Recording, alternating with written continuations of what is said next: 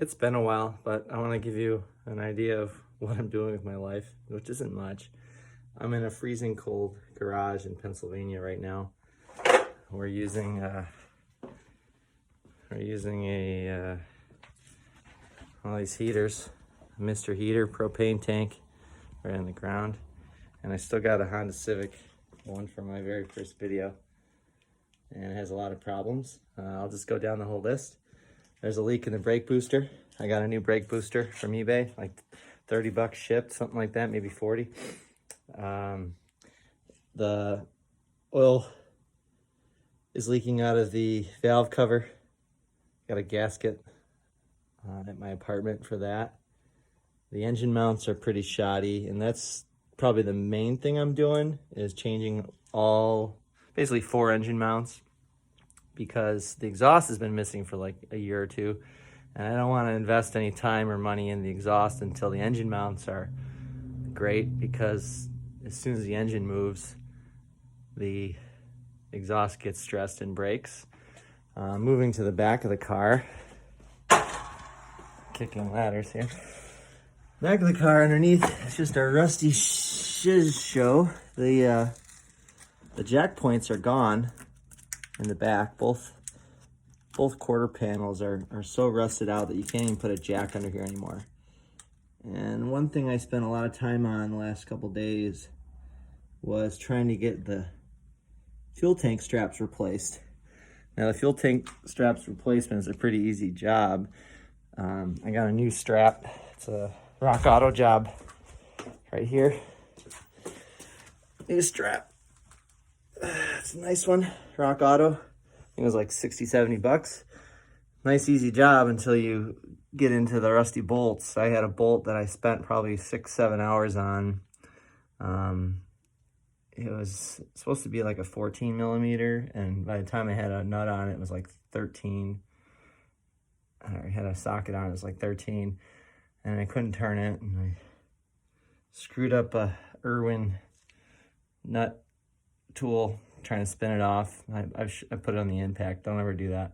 Ruin your nut extractors. And then I went to Harbor Freight and got one of those things that you drill inside, like a bolt stud extractor.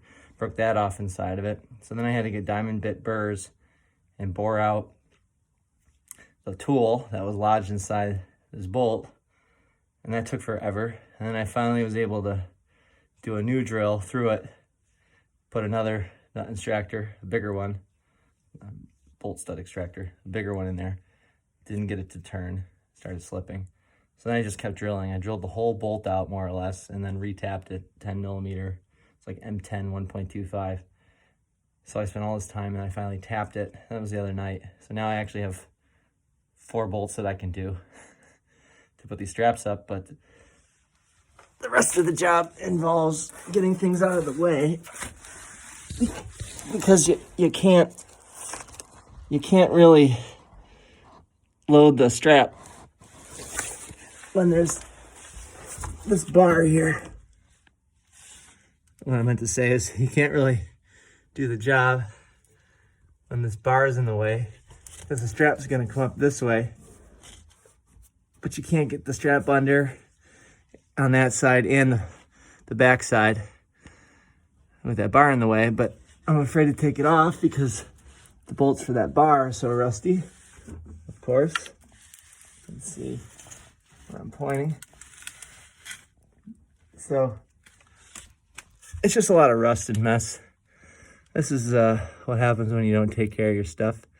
You let a lot of time go by and you drop your phone. But the goal is to get all the exhaust on after doing all the engine mounts. Have a strapped in fuel tank, because that's important. And I think the last thing on the list is brakes. I did these pads and rotors sometime in probably early 2022. This is already blown through a pad. I think it's because the caliper is kind of shoddy. It kind of hangs up.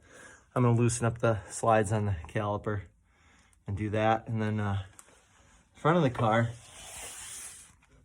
I actually have actually have new rotors for the front. I'm gonna do that. So let's go down the list. Valve cover gasket, brake booster, engine mounts, exhaust, strap for the fuel tank, rear pads, front rotors. Gonna use the old pads because I'm cheap. And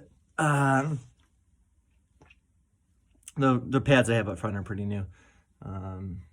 And yeah, the exhaust. Having exhaust for the first time in like 2 years, people are gonna think I'm rich. After that, in the inside, I might get the radio fixed, put some speakers in. Oh, there's a check engine light for a temp sensor. I have a temp sensor and I've got a thermostat to try. But yeah, after that, I might actually get it inspected. But I'm only planning on getting another year out of it, if that.